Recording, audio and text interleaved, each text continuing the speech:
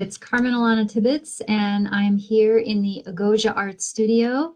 This is session 6 of Creativity from Almost Nothing. Today's topic is relearning how to see. And I have been talking to you about changing your perspective when you are looking something. If you're thinking of sketching, you're looking for inspiration, you need to shift how your mind is working and get to the point where you recognize that feeling where you are seeing something a little bit differently, maybe listening to it a little bit differently, and interpreting it in a different way, and then you're processing and writing it down in some new form. And it's difficult to do. And one of the first steps to the process is learning how to look out at the world and see it differently. And this is a big stumbling block for people if they drew when they were kids, or they had some hobby, they played with clay, they made things out of popsicle sticks, whatever it was, they were able to be in that mental state very easily, and then they grew out of it, right? They moved on to other things. And so they have to relearn how to get back into that place. So once we're adults, the problem that we have is that if we look at something, so, I'm looking over there and I see a pile of books. We have gone through life looking at a book, and our brain recognizes what we see as a book. So when we see something that looks like a book, we think book. And we've been able to process all the different kinds of books that we see. Maybe some of them are thicker, some of them are taller, some of them are made out of paper, some of them have leather binding. But in our mind, we have this idea of bookness, what a book is. So we have to learn to overcome that instantaneous label of something as a book and actually see it in a different way. We have to be able to look at that object and see it as a series of shapes, of lines. Look at how the colors are arranged on the cover, the juxtaposition of those colors and patterns, whatever those images are, and see them for something else and just sort of skip over the part of it in our mind that says book. That's difficult to do. Our mind is designed to find patterns in the world. So I'm sure many of you are familiar with going out on a hike, going on a walk somewhere in nature. Maybe it's a breezy day. Maybe there's a little stream or some water flowing, and you hear that background noise. Maybe it's the breeze going through the trees. Maybe it's the tinkling of water moving through the stream. And we start to hear voices, whispers. That's our mind desperately searching to find patterns in those noises that we hear and process it into language. So that's what our brains are really good at. And most of the time, that's fantastic. It's an incredibly useful thing that our brain does.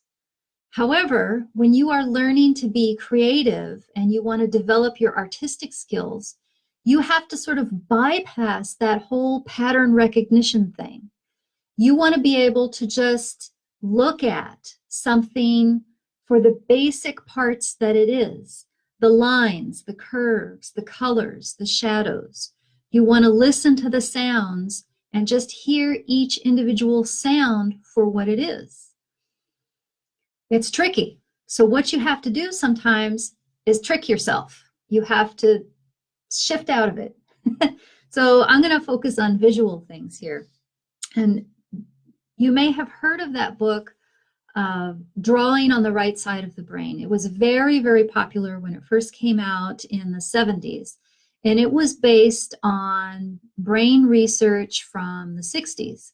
And the idea was that different sides of our brain are good at different tasks. We have a verbal side, we have an analytical side, we have a language processing side, we have a mathematical processing side. And the research now, it's a little more complex. The picture isn't quite so clear. Really, when we're out there doing anything in the world, world, we're using both parts of our brain. But the book was very useful because it had in there a number of things that people could try to do to look at the world in a whole new way. So the idea was that when you look at that pile of books and your brain says books, your verbal side of the brain is just so focused on the bookness that the analytical side of your brain that looks at the lines and the colors is overridden. So this book had a variety of techniques that you could use to help sort of shift away from the verbal side. And I don't know if, that's particularly a useful thing to do, but some of the techniques were useful in terms of just practicing different things every day to help you look at the world from that different perspective. Because you don't have that thing in your mind saying this is what that object is supposed to be, you can just look at it from a different point of view. And that's one of the things that I think is very important for people to do. So there are 3 easy ways that we can help shift our perspective when we're looking at something and we want to train ourselves to reinterpret it. We want to look at it as a source of inspiration. We want to look at it as a creative avenue. We want to use it for something else. So we have to find some way to get ourselves from thinking about it as only one thing and shift it over to something else. So one thing you can do, and I'm going to focus on visual things now, is you can look at that item and then take a picture of it. It's very useful. And now every day we have phones with us all the time. So take a picture of something and then look at it upside down. So we're not able to recognize it for what it is as quickly. So it's easier for us to say, oh, well, it's this close to that, and then, oh, that over there, and there's a black thing over there, and a red thing over there. So we're not looking at it as the object that it is, but its component parts. So you are able to focus on those parts and use those parts mentally in a different way. Okay? So the second tool that is very useful, and a lot of artists do this, is to look at something in a mirror. Now in my studio, I have a design wall, and you can see it here. I'm also a quilter. So I will have quilt blocks up there, and you pin them up and you look at them, and you're sort of looking at it and you're like, well, maybe that should move this one over here and that one over there. And then one of the things that experts will say is, put your work up and then walk away for a day or two. And what that does is it resets you. But if you have time constraints and you need to get things done right now, a great way to do things is to have all your stuff up on your design wall. Or if you're a sculptor and you've got your little clay sculpture here, you're doing some other kind of work, sketch work, whatever it is, just get a mirror and look at your piece of artwork through the mirror. So you're looking at it flipped. And it's amazing how quickly you can find things that just don't fit. Maybe something needs to be lifted. Maybe something needs to be shifted to one side. In the quilts, quite often what happens with me, since I'm a scrap quilter, is I'm using all different colors, and I look at it and I'm like, oh, that's that red and that yellow over there, that's not right. I need to move that yellow down over here. So when you just see that shifted, it's the opposite, it's the reflection. It looks completely different. It's the same, but it's different. And that's what you need to be able to see it from that different point of view. I know I use that phrase a lot, but it's the correct way of thinking of it. So the other thing to do is, instead of looking at an object in its entirety, let's say that you are a painter and you're looking at a landscape, and you are focused on the whole picture. And I love this phrase, you can't see the forest for the trees. One of the reasons I love the phrase is you can use it the other way. You can't see the trees for the forest.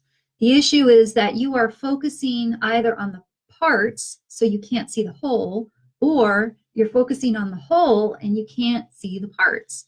So in the case of a landscape painter, you're looking at this wide, large thing, and it's a lot to process mentally, instead of looking at all the component parts and how they fit together.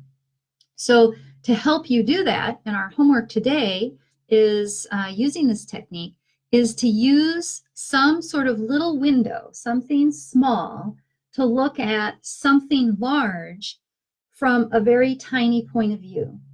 So what I suggest doing is just getting a piece of paper. I've got, a junk mail envelope, and cutting just a tiny little window out of it. And what I did is I just folded it in half and I cut a snip off. And so I have my little square, and then go around and take pictures of things through that little window. So instead of looking at some large thing, you're just looking at sections of it. So you can do that with landscapes, you can do it, whatever. What I did is I went around the studio here and I took 10 photos of things that are just here in the room. And I've got the picture and it's through the little window, and I'm going to post those on the homework board. So your homework is to just make a little window. It doesn't matter how big it is. This is about 1.5 inches, maybe 3 centimeters square. So it's a good size. You don't want it to be too much bigger than that. And then just sort of play around with your camera, getting closer and farther away so that you have decent focus. Or maybe you want the blurry image. That could be interesting too. And just take 10 photos of things that are nearby. Okay, you don't even have to leave the room. You can go outside if you want to, or you can do something in any room in your house. And for the homework, post those images on the board. So this is one case where I do want you to say what it was a picture of. So I will post my 10 in a few minutes here, and I'll tell you what they were. Sometimes you can tell what the item is, but sometimes you can't. And those are the ones that are particularly interesting, because you can just look at the image, that little square image of lines and shapes and curves and colors, and you can just say, oh, well, that's interesting. That part over there, I don't like it so much. That part over there, I like the contrast, or I like that curve, or I like that texture. And it allows you to just see it in a whole new way. So that's the process today. It's relearning how to see. We'll try that particular tool, and I will see you tomorrow again, and we'll talk about something new. Let's see. The value of mindless tasks. So until then, have fun snapping pictures of things around your home, and I'll see you then. Bye-bye.